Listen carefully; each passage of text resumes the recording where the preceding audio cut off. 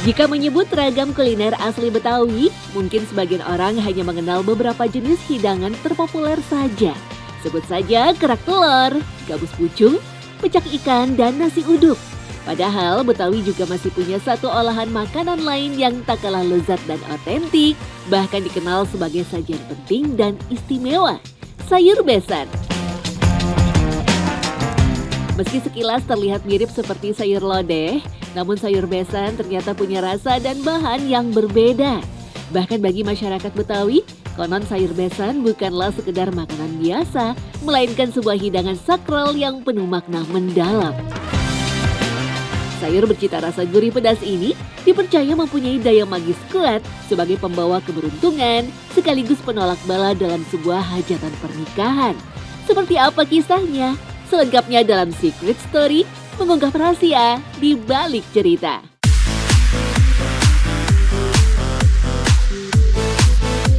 Identik dengan kuahnya yang pekat dan gurih, sayur besan sendiri bukanlah olahan yang sulit dibuat.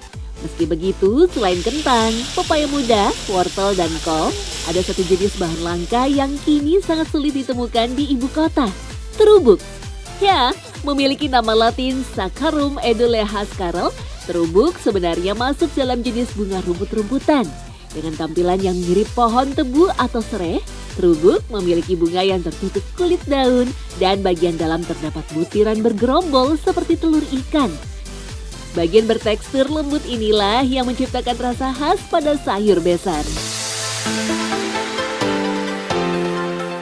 Aku sempat kayak bingung kan, kayak sayur ini bisa dimakan gak ya? Pas aku makan ternyata wah enak dan unik banget sih, pas di mulut tuh kayak pecah gitu sih. Kayak jagung cuman teksturnya tuh kayak lembut, terus kayak agak membal gitu kayak spon. Po Ati, pemilik rumah makan Betawi Haji Apen, membenarkan bahwa terubuk adalah kuncian rasa sekaligus elemen wajib dari sayur besan. Bahkan perempuan asli Betawi ini mengatakan tak bisa disebut sayur besan jika tidak dilengkapi dengan terubuk. Dengan rasa alami yang cenderung manis, rasa dari terubuk akan menyeimbangkan kuah santan yang cenderung gurih. Bahkan terubuk seringkali disebut sebagai penyedap rasa alami dari sayur besan.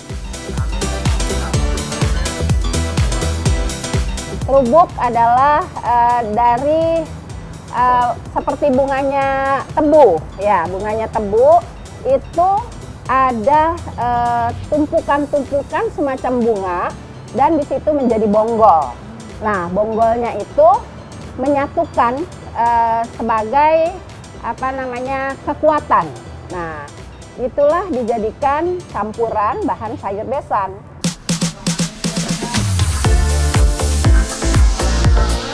Lalu mengapa olahan sayur berkuah kental dengan campuran terubuk ini bisa dinamakan sayur besan dan sejak kapan sayur ini mulai dikenal masyarakat? Makna besan sendiri sebenarnya adalah ikatan dua keluarga yang dibentuk dari sebuah pernikahan. Besan biasa merujuk pada panggilan untuk masing-masing orang tua mempelai.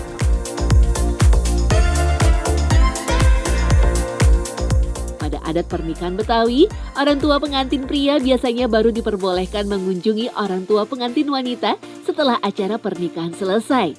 Saat berkunjung dan silaturahmi inilah, pihak keluarga mempelai laki-laki akan datang sambil membawakan berbagai macam makanan untuk pihak keluarga mempelai wanita.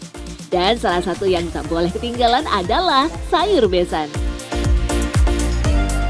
Dan sayur besan itu temennya nasi biasa, pesmol ikan, kemudian semur daging yang gede-gede, emping, terus tadi ya begitulah kira-kira. Jadi nanti tuh kue-kue, nanti tuh dibagi-bagi kepada tetangga. Tetangga tahu bahwa besok itu dia akan ikut serta mengiringi calon pengantin laki-laki menuju rumah pengantin perempuan. Jadi kira-kira gitu. Jadi sebagai simbol silaturahmi sebetulnya yang lebih kuat.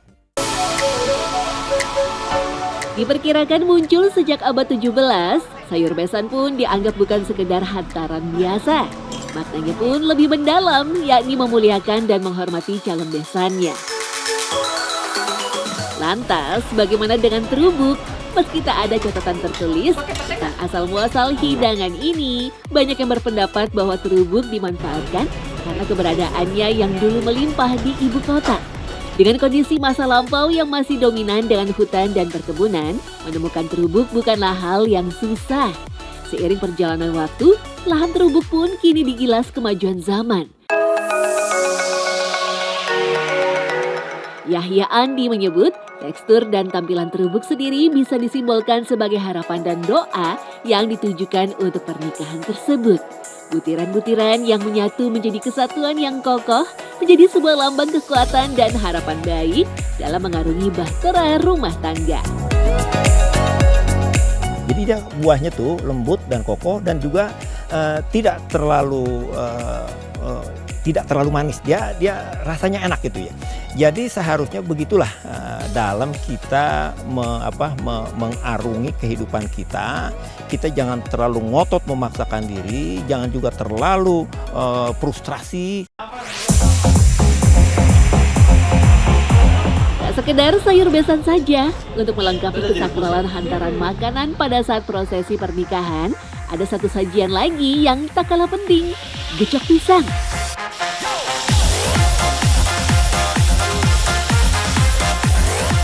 Masakan berbahan utama jantung pisang yang ditumis dengan aneka bumbu, lalu dimatangkan kembali dengan santan kelapa kental sebagai kuahnya. Meski makanan ini terbilang makanan jadul, namun olahan bercita rasa gurih segar ini masih memiliki penggemar fanatik. Dia menggunakan ikan teri dicampur. Nah itu laris banget di sini. Orang pasti mencari juga itu menu tambahan untuk pencinta jantung pisang. Dimasak ya, diolah sedemikian rupa menjadi cita rasa yang enak. Dalam bahasa Betawi, gecok artinya adalah direbus. Hal ini sesuai dengan proses memasak jantung pisang yang harus direbus terlebih dulu sebelum ditumis dengan aneka bumbu dan diakhiri dengan direbus menggunakan santan kelapa kental.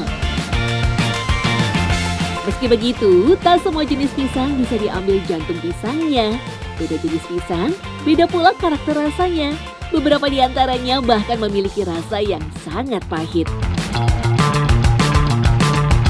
Jadi hanya pisang batu dan pisang kepok saja yang bisa dimasak untuk sayur gecok. Ya sepahit pare ya, seperti pare itu. Jadi pahit sekali gitu. Tapi kalau untuk pisang batu dan pisang kepok itu dijamin tidak pahit hasil. Sedangkan untuk bumbu utamanya, selain menggunakan bumbu-bumbu dasar, ciri khas rasa gecok pisang adalah rasa pedas segar yang berasal dari rempah kencur. Kencur itu yang membuat aromanya tambah wangi, tambah enak. Pentingnya gecok pisang sendiri bukan sekedar pelengkap hidangan semata. Menurut kepercayaan masyarakat Betawi, olahan jantung pisang adalah lambang penolak bala yang bisa melindungi prosesi pernikahan dari segala malapetaka dan kesialan. Bahkan sejak turun-temurun, banyak yang meyakini olahan jantung pisang dapat menjadi obat mujarab, penyembuh berbagai macam penyakit medis dan non-medis. Kalau ada orang habis sakit, kemudian orang habis melahirkan, tentu saja dengan perhitungan yang macam-macam ya. Tapi terutama orang yang habis tahunan, sakit tahunan itu, yang habis kena guna-guna, itu memang makan itu. Unsur dari rasanya itu yang kemudian memunculkan, menormalkan kembali organ-organ yang ada di Yahya juga menyebut jantung pisang dianggap sebagai bagian yang suci dan murni dari pohon pisang. Karena jantung pisang adalah cikal bakal yang menentukan bagus atau tidaknya buah pisang yang akan tumbuh. Dari filosofi inilah, jantung pisang disimbolkan sebagai doa dan harapan tak hanya pada prosesi pernikahan semata, namun juga berlanjut pada kehidupan selanjutnya, yaitu mengarungi bahtera rumah tangga. dengan pisang itu diharapkan kita menjadi satu yang dalam pahaman yang lebih dalam lagi, dia akan mempersiapkan dirinya selalu hadir, jadi memunculkan generasi yang nggak putus-putus sebetulnya.